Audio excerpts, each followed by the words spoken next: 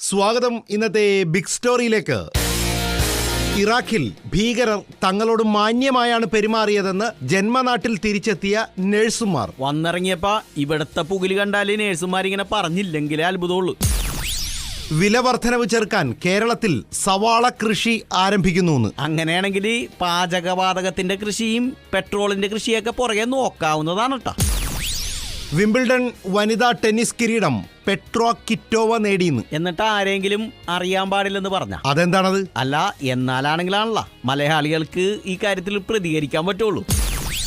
തിരുവനന്തപുരം കൊച്ചി റൂട്ടിൽ കപ്പൽ സർവീസ് തുടങ്ങാൻ സർക്കാർ ആലോചിക്കുന്നു. കേരളത്തിൽ നമ്മൾ ഈ സീ പ്ലെയിനിൽ യാത്ര ചെയ്ത് ബോറടിച്ചുകൊണ്ട് കപ്പൽ സർവീസ് പുതിയൊരു ഇൻട്രസ്റ്റിംഗ് സാധനം ഉണ്ടാ.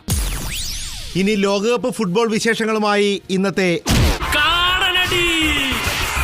കൊച്ചിയിൽ നടന്ന ഫുട്ബോൾ മത്സരത്തിൽ സിനിമാക്കാരുടെ ടീമിനെ മന്ത്രിയുടെ നേതൃത്വത്തിലുള്ള രാഷ്ട്രീയക്കാരുടെ ടീം തോൽപ്പിച്ചതായി വാർത്ത. ഈ ടീമിനെ നേരെ ബ്രസീലിലേക്ക് വിട്ടാണ്ടല്ല, ലോകകപ്പ് കേരളത്തിന്റെ പേരിലിരിക്കും. അതെന്താണത്?